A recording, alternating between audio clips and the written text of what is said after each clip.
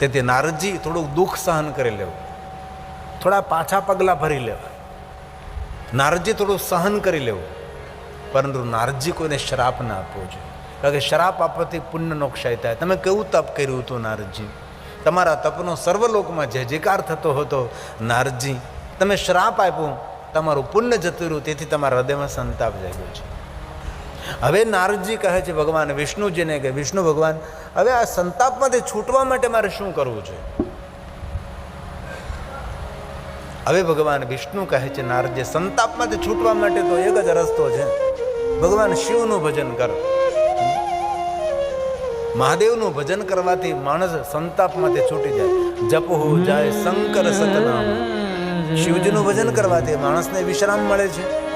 રામચરિત માનસને ચોપાય છે અને લોક પ્રસિદ્ધ છે, લોકમુખે ગવાય છે, વારંવાર સાંભળ્યું છે.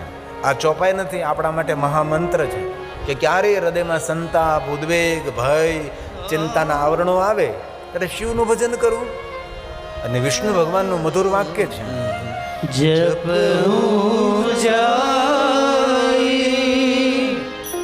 શંકર સતનામ. શિવજીનું ભજન કરનાર માણસને શાંતિ થાય. અને મહાદેવ શાંતિનો દાતા છે. અને આ દુનિયામાં શિવના ભજન વગર કોઈને શાંતિ મળી નથી અને મળવાની પણ નથી. શાંતિ સ્થાની વિના નહીં.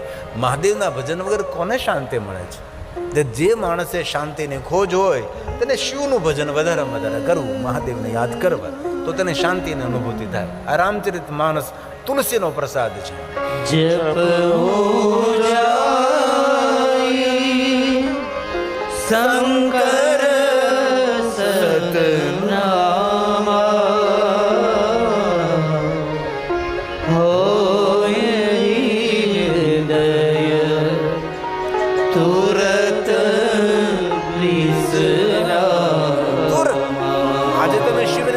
કાલે તમારે વિશ્રામની અનુભૂતિ જેવું થાય.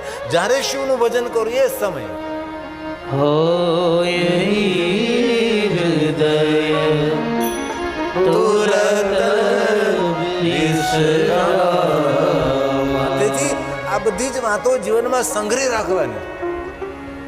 જીવનમાં એવી પળો આવે છે ક્યારેક ચિંતાના એટલા બધા આવરણો આવે ને કે આપણું ભોજન પણ છૂટી જાય અને નિંદ્રા પણ દૂર દૂર જતી રહે. ત્યારે શું કરવું? માણસે શિવનું ભજન કરવું જોઈએ. શિવનું ભજન કરવાથી માણસને અશાંતિ દૂર થાય છે. શિવનું ભજન કરવાથી માણસ ચિંતામાંથી મુક્ત બની શકે છે. કારણ કે શંકરજી દરેક માર્ગમાં મુક્તિના દેવતા છે. ભગવાન વિષ્ણુજી નારદને કહે છે, નારદ, મનને શાંત કરવા માટે હું તમને 3 ઉપાય બતાવું છું. મન કેવી રીતે શાંત થાય? જેનો સ્વભાવ ઉગ્ર હોય, જેનો સ્વભાવ જલદ હોય, અને જલદ સ્વભાવ અને ઉગ્ર સ્વભાવ એ મંદ બુદ્ધિનું એક પ્રતીક છે. જેનામાં બુદ્ધિનો અભાવ હોય, જ્ઞાનનો અભાવ હોય, વિદ્યાનો અભાવ હોય, તેનો સ્વભાવ બહુ જલદ હોય, તેનો સ્વભાવ ઉગ્ર હોય છે. તે ઉગ્રતા એ મૂર્ખતા પણ છે. નમ્રતા એ શ્રેષ્ઠ જ્ઞાનનો એક પાઠ છે. માણસે નમ્ર રહેવું, વિનમ્ર રહેવું, શાંત રહેવું, મધુર ભાષી, વ્યવહારથી માણસ કુશળ, આ બધી ભગવાન શિવની કૃપા હોય તો થાય. તેથી ભગવાન વિષ્ણુજી નારદજીને 3 માર્ગો દેખાડે છે. મનને શાંત કરવા માટે પહેલા શું કરવું જોઈએ? વિષ્ણુજી બોલ્યા છે, આપાદમસ્તકં સમ્યગ. વિષ્ણુ સ્વયં બોલે છે,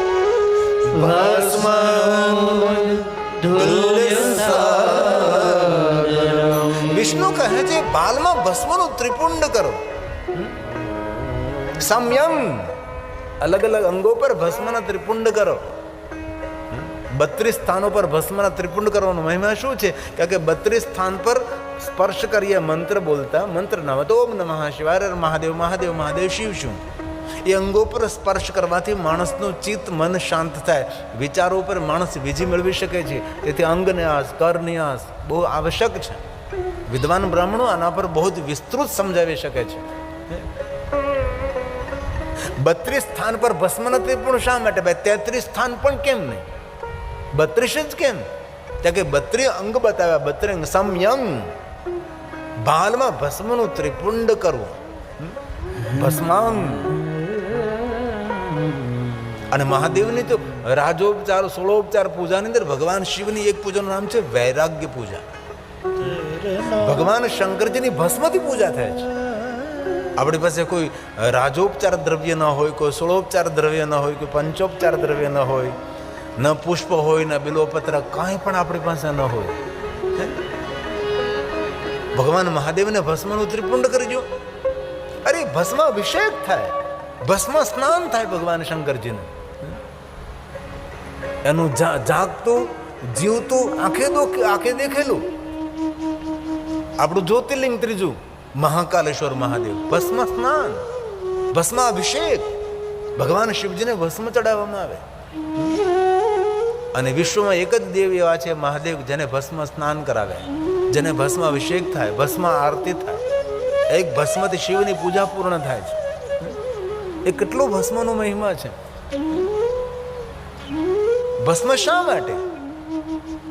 આમ તો ભસ્મનું સાચું નામ તો વિભૂતિ છે, તો પણ આપણે તેને ભસ્મ કહીએ છીએ, વિભૂતિ નથી કહેતા આપણે. દેવતાઓએ મહાદેવને પ્રશ્ન કરેલો, મહાદેવજી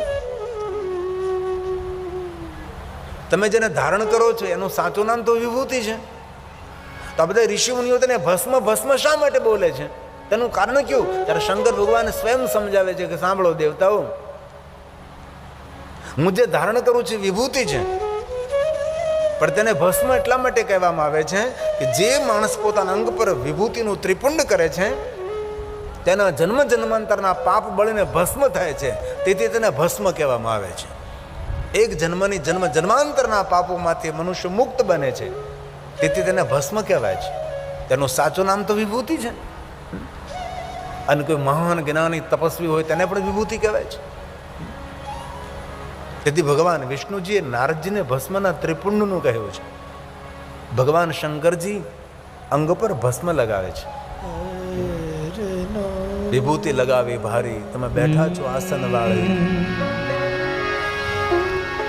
અંગે વિભૂત લગાવી ભારી, અંગે વિભૂત લગાવી ભારી, ઘોડા બેઠા છો આસન વાળી, ઘોડા બેઠા છો આસન વાળી, પીધા કૃષ્ણ પ્યારા ભારી, પીધા કૃષ્ણ પ્યારા ભારી, ઘોડા બેઠા છો આસન વાળી, ઘોડા બેઠા છો આસન વાળી.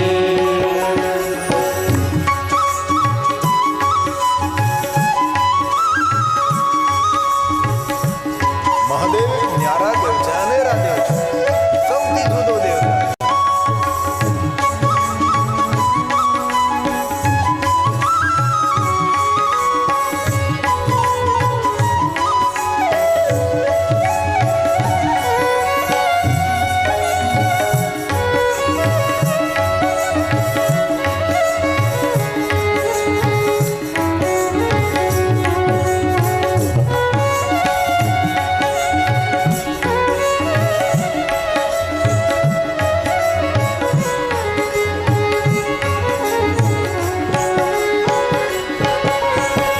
શીશ પર ગંગા જટામાં સમાણી, શીશ પર ગંગા જટામાં સમાણી, લટરાકી છે વાળી,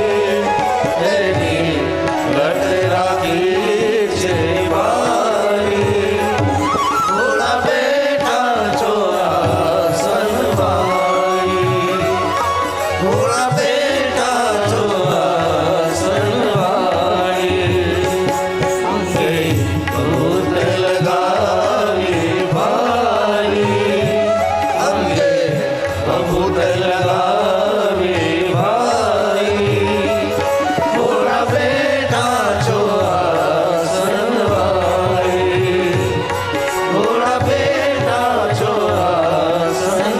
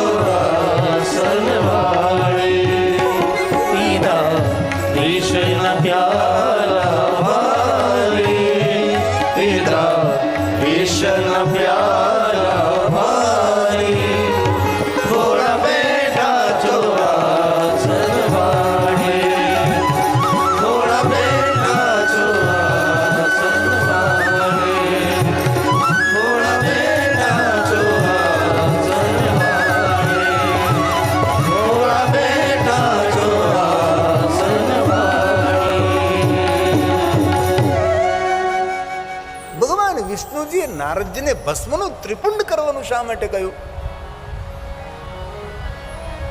અન્ય કોઈ તિલક કેમ નહીં ભાઈ? ચંદન કેમ નહીં? ગોપીચંદન કેમ નહીં? કુમકુમ શું શા માટે નહીં? કારણ કે ભસ્મ એક મહાવિજ્ઞાન છે.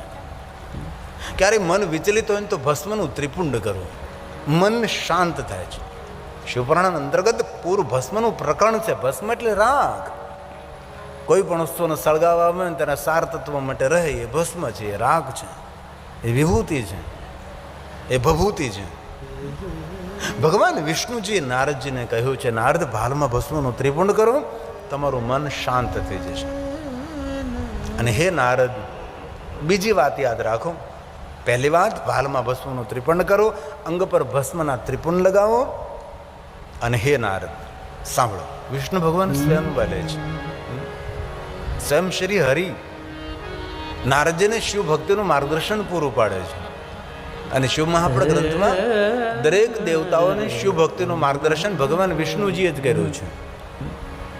આ શ્લોક ભગવાન શ્રી હરિ બોલ્યા છે.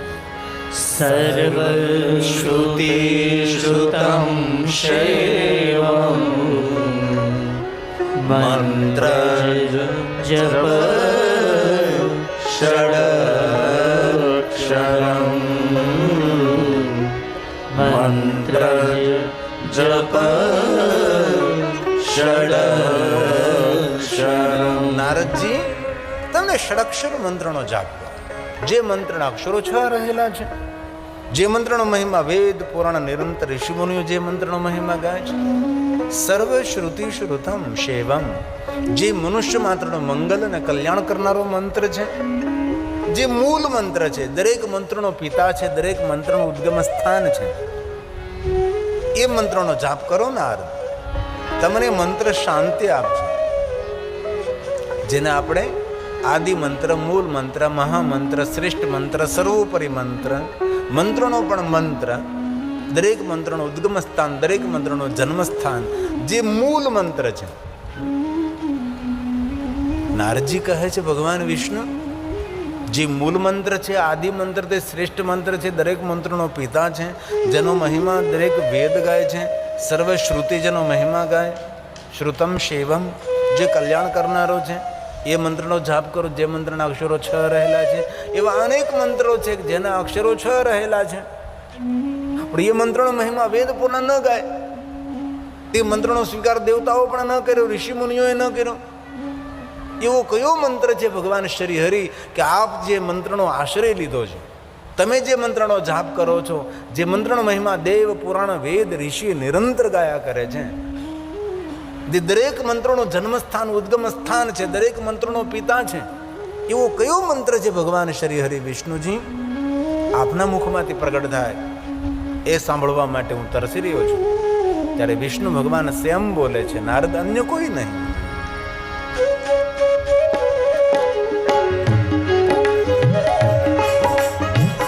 જે મૂળ મંત્ર છે, જે આદિ મંત્ર, જે અનાદિ મંત્ર છે.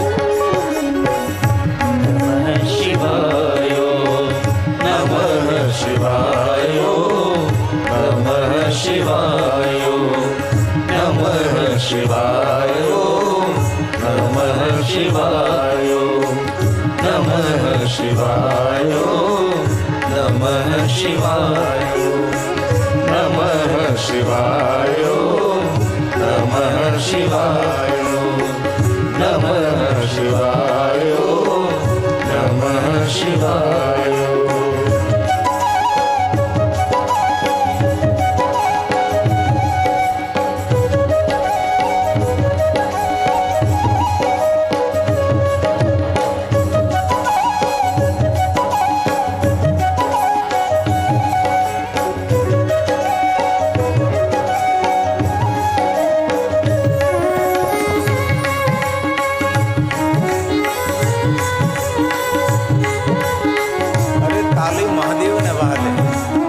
તાલીથી સ્ફૂર્તિ મળે,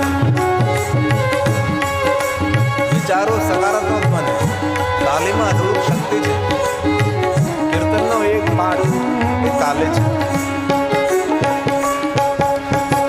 નમઃ શિવાય, નમઃ શિવાય, શિવાય નમઃ શિવાય નમઃ શિવાય નમઃ શિવાય નમઃ શિવાય નમઃ શિવાય નમઃ શિવાય નમઃ શિવાય નમઃ શિવાય નમઃ શિવાય નમઃ શિવાય નમઃ શિવાય નમઃ શિવાય નમઃ શિવાય નમઃ શિવાય નમઃ શિવાય નમઃ શિવાય નમઃ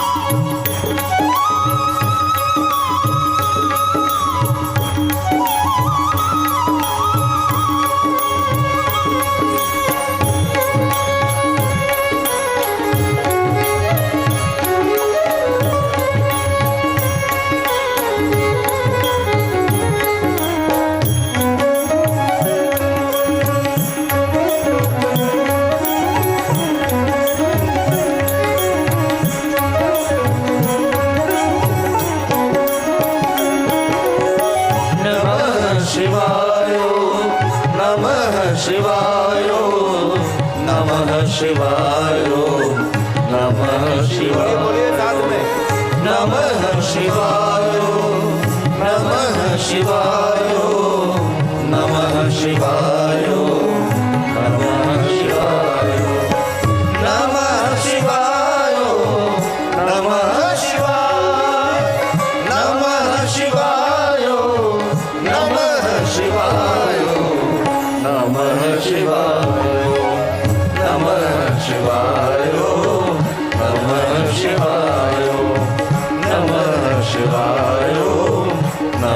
શિવાય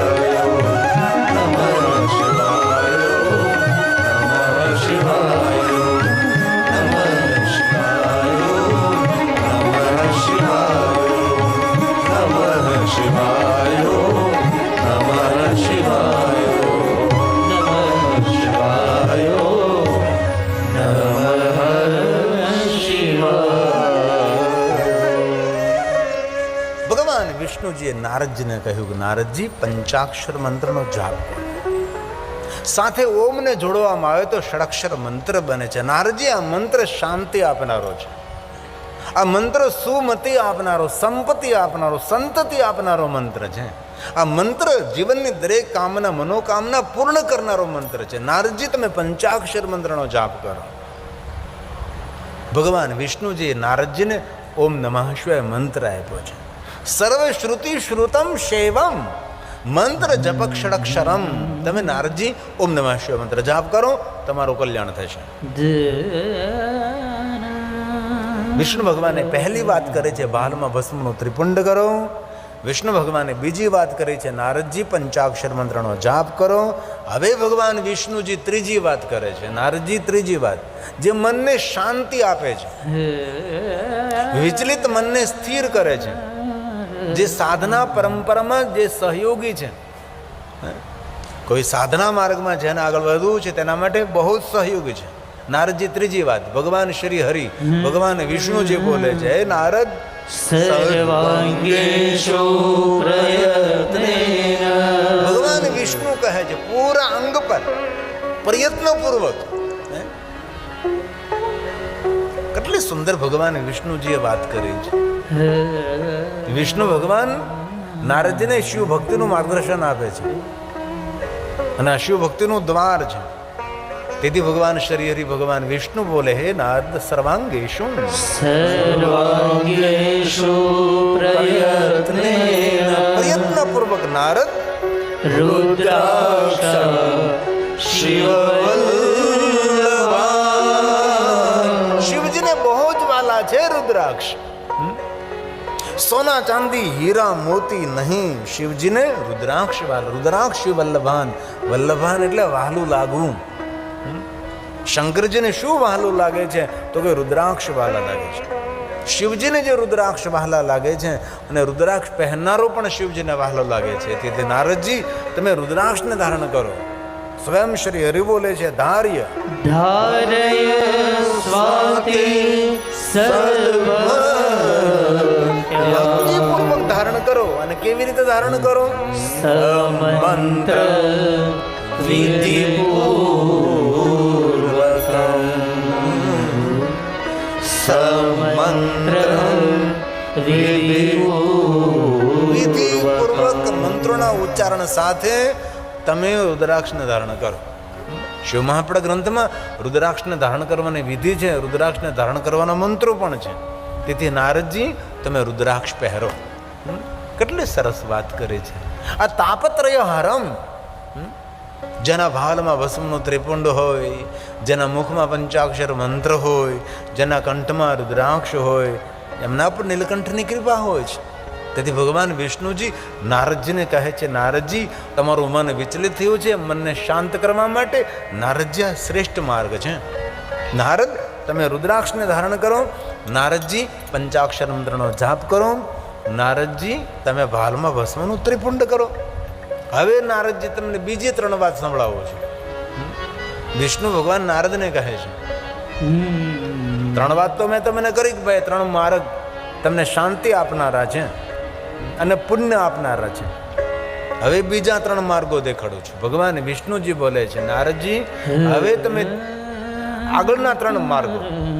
એક શ્લોકમાં 3 વાત કરે છે ભગવાન વિષ્ણુજી. પહેલી વાત, નારદ, શૃણુ શૈવીં કથા નિત્યમ. નારદજી, તમે નિત્ય ભગવાન મહાદેવની કથાનું શ્રવણ કરો. કથા સાંભળવી જોઈએ. નિત્ય શબ્દ, રોજ કથા સાંભળવી જોઈએ. રોજ તો ક્યાંથી આપણને પ્રાપ્ત થાય, પણ ક્યારેક ક્યારેક અવસર મળે ત્યારે ભગવાનની કથાનું શ્રવણ કરીએ. શૃણુ શૈવી કથા નિત્યમ, રોજ કથા સાંભળો.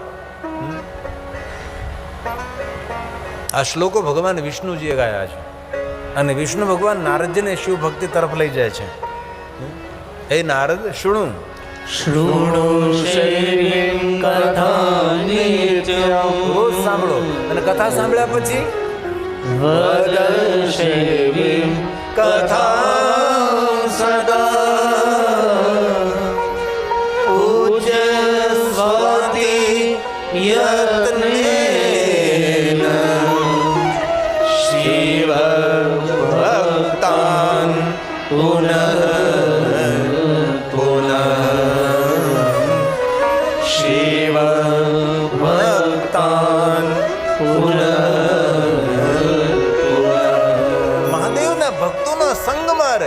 અને શિવ ભક્તોની સેવા કરો. ભગવાન મહાદેવની કથાનું શ્રવણ કરીને કથાનું મનન કરો અને એ કથાનો સંદેશ પહોંચાડો કોઈ સુધી. અને મહાદેવના ભક્તોના સંગમાં રહી અને શંકર ભગવાનના જે ભક્તો હોય એમની સેવા કરો. ભગવાન શ્રી હરિ નારદજીને કહ્યું છે તમે મહાદેવની કથાનું શ્રવણ કરો. નારદજીએ પૂછ્યું કે ભગવાન આપ મને માર્ગદર્શન કરો, મને મહાદેવની કથા કોણ સંભળાવે? ત્યારે ભગવાન વિષ્ણુજી નારદજીને કહે છે કે નારદ, મહાદેવની કથા સાંભળવા માટે તમે બ્રહ્મલોકમાં જાઓ અને તમારા પિતા બ્રહ્માજી તમને મહાદેવની કથા કહેશે અને આપના પિતા બ્રહ્માજીની સામે જઈને તમે જિજ્ઞાસા ભાવ પ્રગટ કરજો કે મને મહાદેવની કથા સાંભળવી છે. બ્રહ્માજી તમે મને શંકર ભગવાનની કથા સંભળાવો. ભગવાન વિષ્ણુજીએ નારદજીને સુંદર માર્ગદર્શન પૂરું પાડ્યું છે અને નારદજી ભગવાને વિષ્ણુના સાનિધ્યને છોડી ભગવાન વિષ્ણુજીને પ્રણામ કરી વિષ્ણુ ભગવાન પાસેથી સુંદર કથા કથાને શ્રવણ કરી અને નારદજી બ્રહ્મલોકમાં આવે છે.